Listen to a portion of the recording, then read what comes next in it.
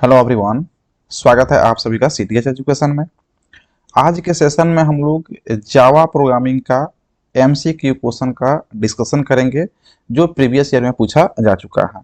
एक एक क्वेश्चन को हम लोग डिटेल्स में डिस्कस करेंगे और समझने का प्रयास करेंगे। क्वेश्चन नंबर फर्स्ट में पूछा गया है number of primitive data types in Java are, यानी कि जावा में कितने प्रिमिटिव डेटा होते हैं वो आपको बताना है। तो हम लोग दो तरह के डेटा टाइप्स को पढ़ते हैं, एक प्रिमिटिव और दूसरा होता है नॉन प्रिमिटिव।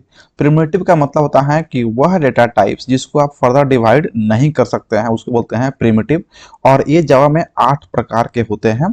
जैसे आप देखेंगे कैरेक्टर, कैरेक्टर होता है, ये भी क्या होता है, प्रिमिटिव होता है। उसके बाद इसमें होता है आपका बाइट, फिर इसमें होता है आपका इंटीजर, फ्लोट, फ्लोट उसके बाद यहाँ पे होता है आपका शॉर्ट, लॉन्ग, उसके बाद होता है आपका डबल, और एक होता है आपका बुलियन, बुलियन। तो ये 8 प्रकार के जो है ना जो डाटा टाइप्स दिख रहे हैं ये सब क्या होते हैं, प्रिमिटिव डेटा टाइप्स होते हैं। इन सब का आप रेंज भी ध्यान में रखेंगे और इसका साइज भी ध्यान में रखेंगे। जैसे कि यहाँ पे कैरेक्टर है तो ये 2 बाइट स्पेस लेता है, बाइट जो होता है ना वो 1 बाइट स्पेस लेता है। इंटीजर यहाँ पे जो है ना 4 बाइट स्पेस लेता है, फ्लोट भी आपका 4 बाइट स्पेस लेता है। यहाँ पे शॉर्ट है 2 बाइट स्पेस लेता है, लॉन्ग है जो यहाँ पे आपका जो है ना 4 बाइट का स्पेस लेता है, डबल है आपका जो है ना 8 बाइट का स्पेस लेता है, बुलियन है यहाँ पे 1 बाइट का और 2 बाइट का स्पेस, चूंकि ये 2 तरह के होते हैं। तो इन सब का रेंज के साथ साथ इसके साइज को भी आप ध्यान रखेंगे क्योंकि यहाँ से भी ऑब्जेक्टिव क्वेश्चन पूछे जा सकते हैं। तो क्वेश्चन नंबर फर्स्ट का आपका राइट आंसर हो जाएगा सी। क्वेश्चन नंबर सेकंड में कहा जा रहा है what is the size of float and double in Java. वही क्वेश्चन पूछा गया, यानी कि आपको फ्लोट एंड डबल का जो है ना आपको साइज बताना है कि जावा में क्या इसका साइज होता है, मतलब कि मेमोरी में कितना स्पेस ऑक्यूपाई करता है फ्लोट और डबल।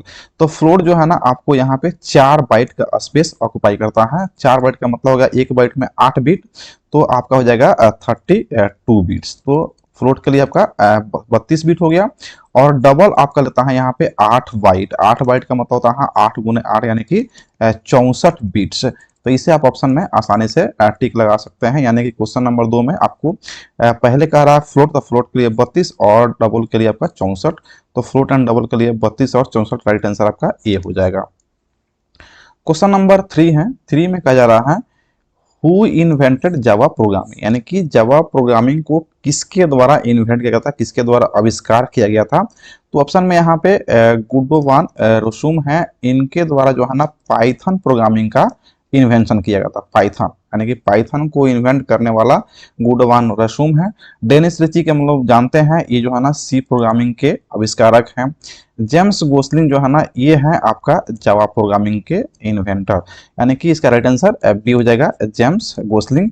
और यहाँ पे बाजार ने स्टॉफ है, ये जो है ना सी प्लस प्लस के जो है ना इन्वेंटर हैं, तो इसको भी आप ध्यान में रखेंगे। इसका राइट आंसर बी हो जाएगा। क्वेश्चन नंबर 4 में कहा जा रहा है which component is used to compile, debug and execute the Java programs, यानी कि कौन सा वह कंपोनेंट है जो जावा प्रोग्राम को कंपाइल भी करता है, उसको डिबग भी करता है और उसको एग्जीक्यूट भी कर लेता है।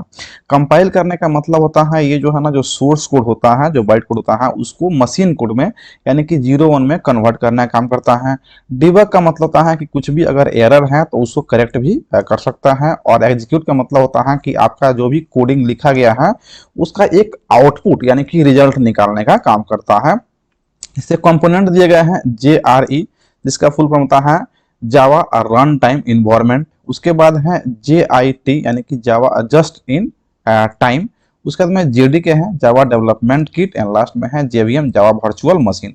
जावा वर्चुअल मशीन जो होता है ना इसको हार्ट ऑफ जो है ना जावा प्रोग्रामिंग कहा जाता है। जावा वर्चुअल मशीन को हार्ट ऑफ जावा प्रोग्रामिंग, और इसका यूज प्रोग्राम को एग्जीक्यूट करने के लिए किया जाता है। जावा डेवलपमेंट किट जो होता है ना ये कोर कंपोनेंट होता है जावा का, क्योंकि इसके बिना नहीं हो सकता है। ये ऐसा कंपोनेंट है जो जावा प्रोग्राम को डेवलप भी करता है, कंपाइल भी करता है, डिबग भी करता है और एग्जीक्यूट भी करता है। तो इसका राइट आंसर सी हो जाएगा।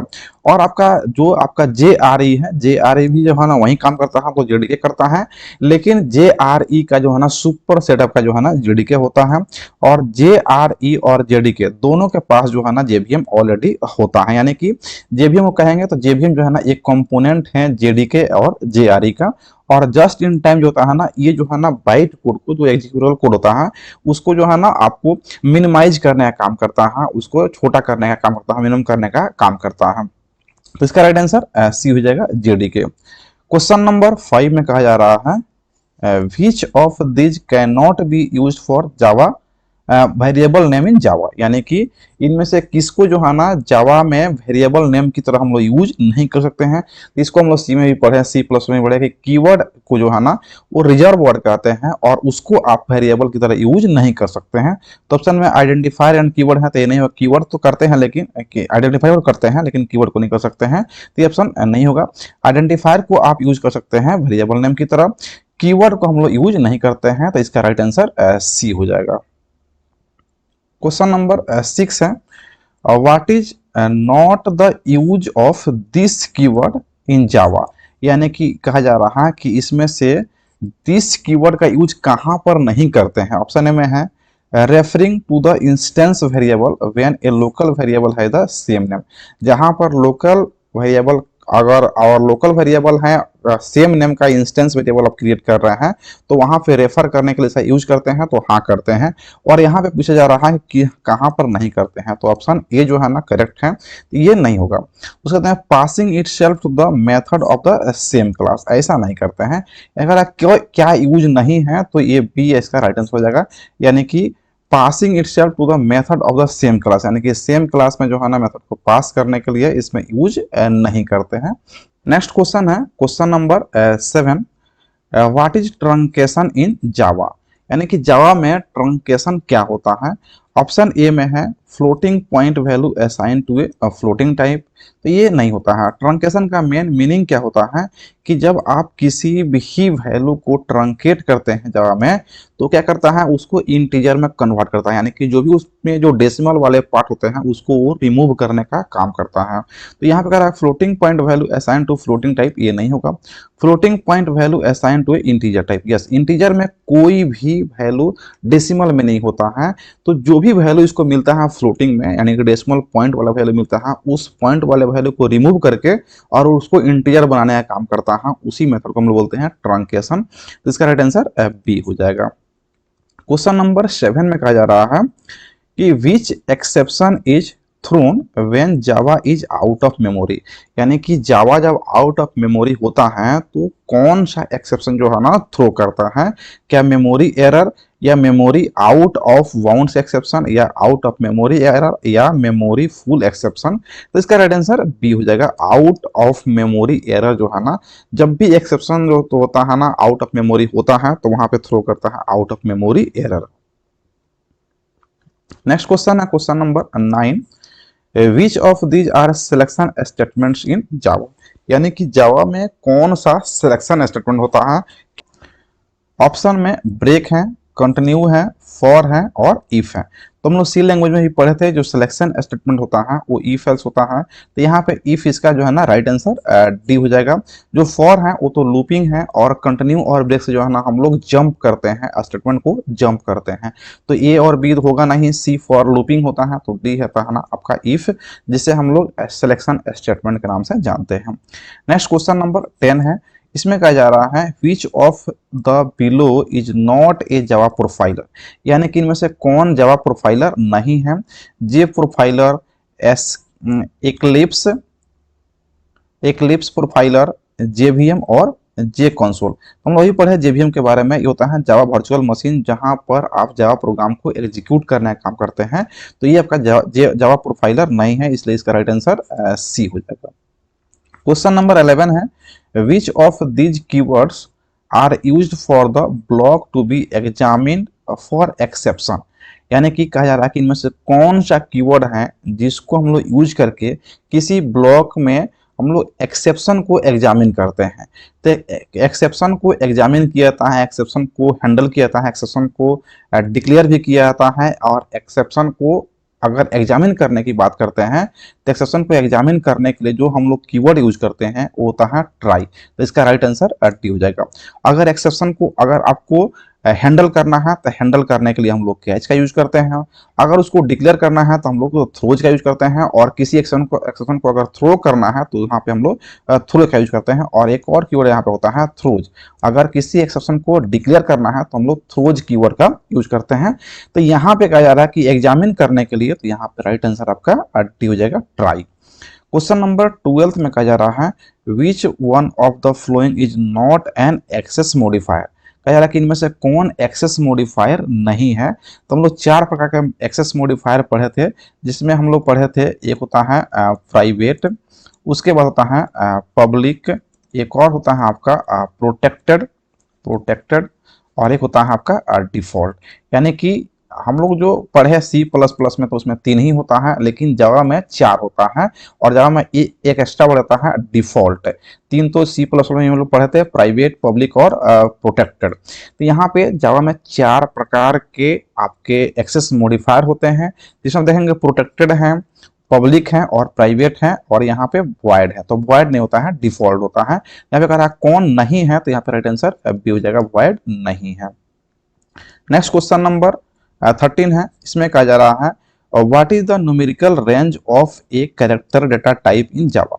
कहा जा रहा है कि जावा में जो कैरेक्टर डाटा टाइप होता है उसका रेंज क्या होता है। तो सभी का रेंज निकालना आप जान जाएंगे।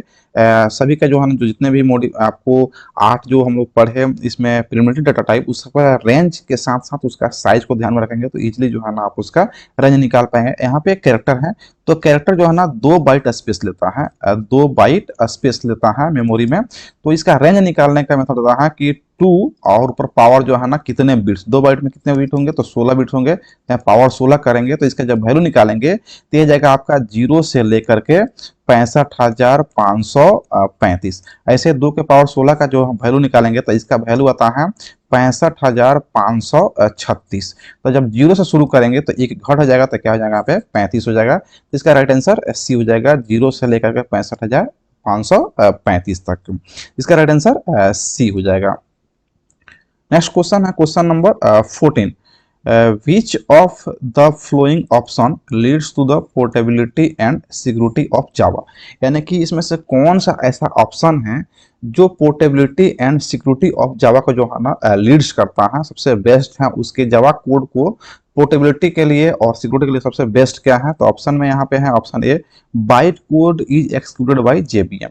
ये राइट आंसर ए है, यानी कि बाइट कोड को जो है ना एग्जीक्यूट करते हैं हम लोग कहाँ पे, जेवीएम पे, जिससे कि इसके पोर्टेबिलिटी और सिक्योरिटी इंक्रीज कर जाता है। तो इसका राइट आंसर ए हो जाएगा। क्वेश्चन नंबर 15 है, और इसमें पूछा जा रहा है कि द \U0021 है आर्टिकल रेफर टू है, इस किस चीज को रेफर कर रहा है।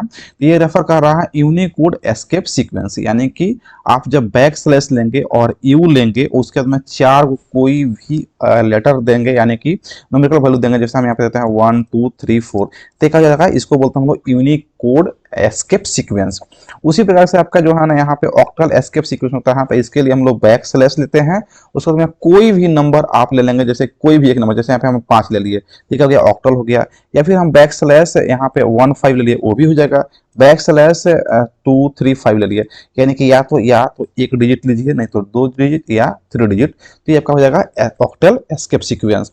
अगर हेक्साडेसिमल की बात करेंगे तो हेक्साडेसिमल के लिए जो एस्केप सीक्वेंस होता है बैकस्लैश, उसके बाद में यहाँ पे आप एक्स देंगे और कोई भी 2 डिजिट होना चाहिए, 2 डिजिट। अगर जैसे हमें आता है 5 6, ये हो जाएगा आपका हेक्साडेसिमल सीक्वेंस। इसका कंडीशन क्या है, तो बैकवर्ड स्लैश यानी कि बैक स्लैश देंगे यहाँ पे, उसके बाद में एक्स देंगे और एक्स के बाद कोई भी 2 डिजिट देंगे, तो का हेक्साडेसिमल का सीक्वेंस होता है। और लाइन फीड का मतलब होता है न्यू लाइन पे जाना, यानी कि उस लाइन को इन कीजिए और नेक्स्ट लाइन पे चला जाइए, और हमारा जो है ना बैक स्लैश एन होता है, यही होता है हमारा लाइन फीड। तो यहाँ पे कह रहा है कि ये किसको रेफर कर रहा है, तो हमारा यूनिकोड एस्केप सीक्वेंस का। इन चारों का एस्केप सीक्वेंस को आप ध्यान में रखेंगे, अगर ऑप्शन में पूछा जाता है तो आप आसानी से आंसर कर पाएंगे। इसका राइट आंसर ए हो जाएगा। क्वेश्चन नंबर 16 है, 16 में कहा जा रहा है which of the following is a valid declaration of character. कह रहा है कैरेक्टर के लिए यहाँ पे वैलिड डिक्लेरेशन क्या है। तो कैरेक्टर के लिए जो है ना आपका एक जो है ना कॉमा, इन्वर्टेड कॉमा पर लेंगे, उसके बाद जो है ना बैकवर्ड स्लैश लेंगे और यू TEA, ये आपका जो है ना वैलिड डिक्लेरेशन हो जाएगा और यहाँ पे राइट आंसर ए हो जाएगा। क्वेश्चन नंबर 17 में कहा जा रहा है evaluate the following Java expression if x equal to 3, y equal to 5 and z equal to 10। इसका जो है ना एक्सप्रेशन दिया हुआ है उसको आपको यहाँ पे इवेलुएट करना है, कितना वैल्यू आएगा। तो यहाँ पे देखिए, यहाँ पे प्री इंक्रीमेंट और पोस्ट इंक्रीमेंट का कॉन्सेप्ट दिया गया है। तो यहाँ पे प्लस प्लस जेड है, तो जेड का वैल्यू क्या है आपका, पहले 10 है। तो प्लस प्लस का मतलब पहले वैल्यू इंक्रीज कीजिए, उसके बाद उसको ऑपरेट कीजिए। और एक्स प्लस प्लस का मतलब होता है कि पहले आप ऑपरेट कर लीजिए, उसके बाद वैल्यू को इंक्रीज कीजिएगा। तो यहाँ पे प्लस प्लस जेड यानी कि प्लस प्लस जेड का वैल्यू कितना हो जाएगा आपका 11 हो जाएगा। उसके बाद यहाँ पे 11 हो जाएगा पहले में, और प्लस हो जाएगा आपका वाई हो जाएगा, उसका तो फिर माइनस वाई है, फिर प्लस जेड, तो जेड का वैल्यू 10 हो जाएगा, और प्लस एक्स प्लस प्लस है तो एक्स का वैल्यू वहीं रहेगा, एक्स का वैल्यू 3 हो जाएगा। तो यहाँ पे 11 और प्लस वाई का वैल्यू आपका कितना हो जाएगा आपका 5 माइनस 5 प्लस 10 और प्लस 3, ये 5 से 5 कैंसिल हो जाएगा। तो यहाँ पे 11 प्लस 10 प्लस 3 इसको ऐड करेंगे तो आपका हो जाएगा 24। इसका राइट आंसर ए हो जाएगा 24। तो इस तरह से आप इजिली इसको इवेलुएट कर सकते हैं।